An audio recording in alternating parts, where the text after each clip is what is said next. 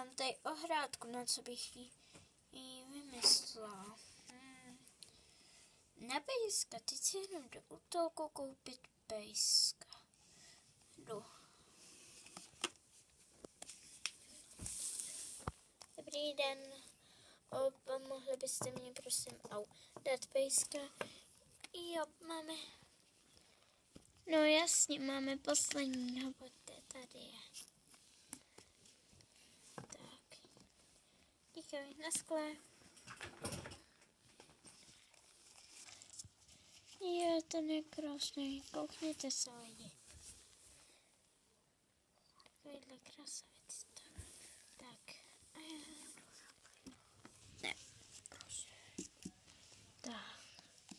A jdu ho dát do bedny.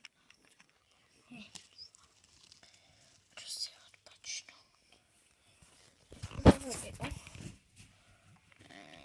Kolik je? Dobře, tolik.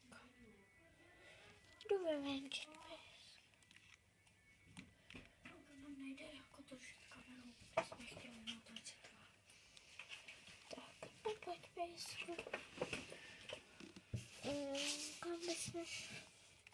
Kam bychom šli? Minutky.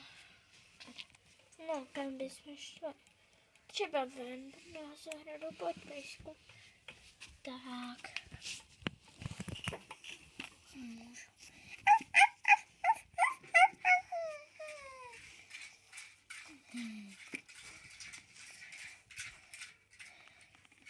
Tak, teď si chvilku pojď, za chvíli pro tebe přijde. Ahoj.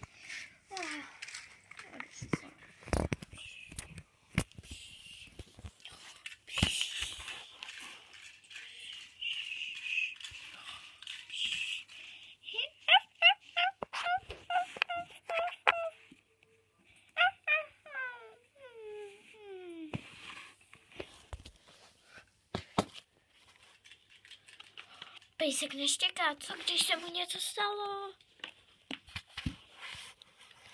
A tady si pejsku, no ty spínkáš, mladíku, pojďme domů. Tak.